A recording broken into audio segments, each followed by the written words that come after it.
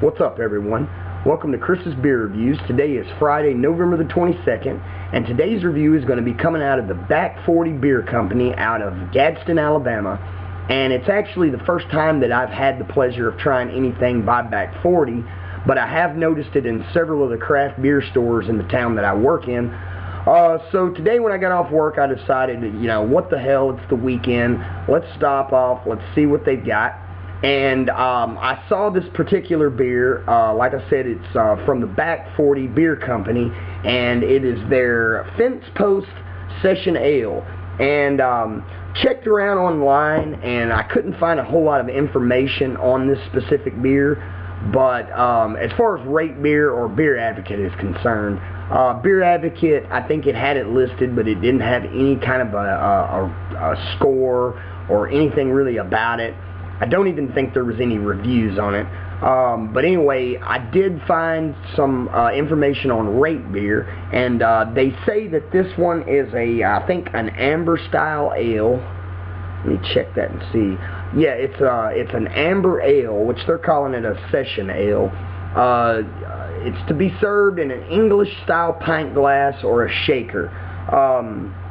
It's a kind of a low ABV. It only has, I think, 4.50% alcohol by volume. I believe it says that it has like 25 on the bitterness scale, which is somewhat low.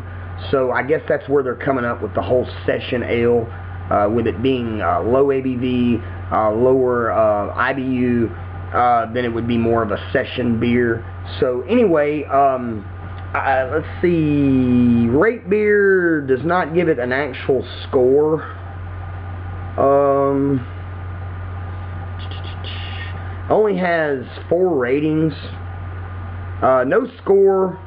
No one's actually scored this as far as a set rate.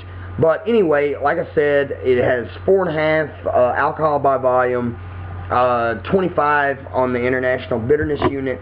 So it's a semi weaker beer than what I'm used to. But anyway, enough of the bullshit. Let's try it out and see what it's all about, guys. And I'm going to be serving it out of the traditional pint glass. So anyway, let's pour it up.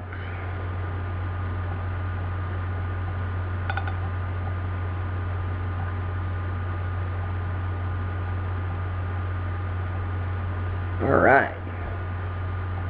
Not very much of a head. Lots of carbonation bubbles coming up from the bottom, guys. About a half a finger of very, very fastly diminishing head. It's a very white head, very carbonated, a lot of bubbles, very crisp looking, but like I said, it's diminishing fast. This beer almost looks like a Pilsner, guys. Very light, kind of straw, golden in color. I don't know. I wouldn't really say this is a traditional amber style. To me, this is a little lighter. It's more, I guess it would be considered an amber. I mean, it is golden in color, but I'm used to a little bit darker on the amber ales that I've had in the past. But anyway, still lots of carbonation bubbles coming up from the bottom. It's a very, very carbonated, to me, I guess it's a very filtered beer. Looks like a nice traditional Pilsner, although this is what they're calling an ale. So anyway, let's put a nose on it and see what it smells like.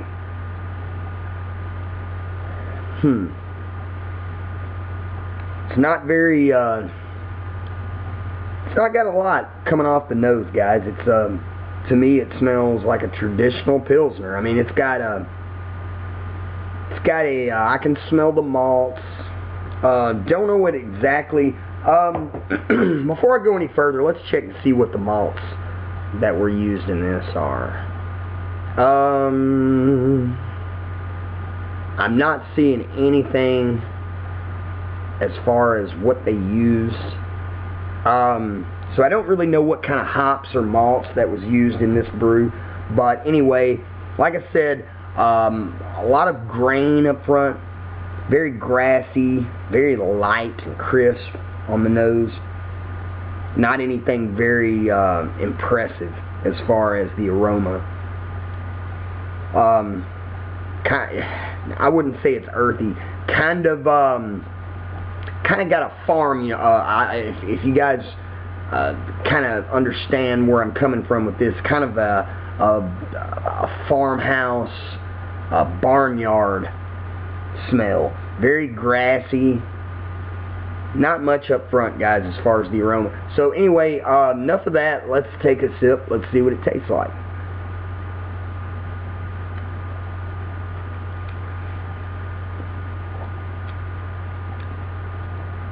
Again, there's not much in the taste as well. I mean, it's okay. It's not bad.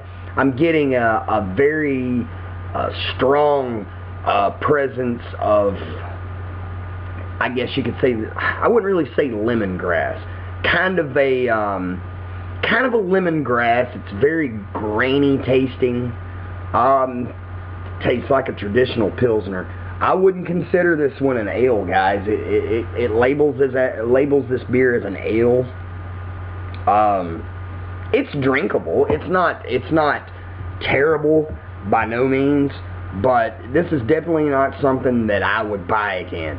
I'm not very impressed with this. It's definitely not my style. I'm a hop head, so I like lots of bitter hops. Like I said, this beer.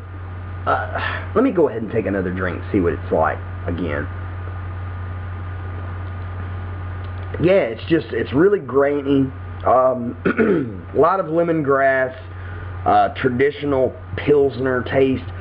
The only thing that I can detect in this beer that would be relatively even close to an ale is the back end, the finish.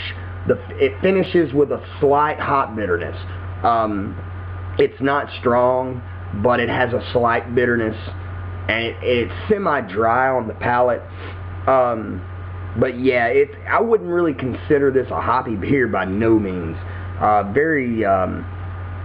It's a little stronger, a little more bold than a traditional Pilsner.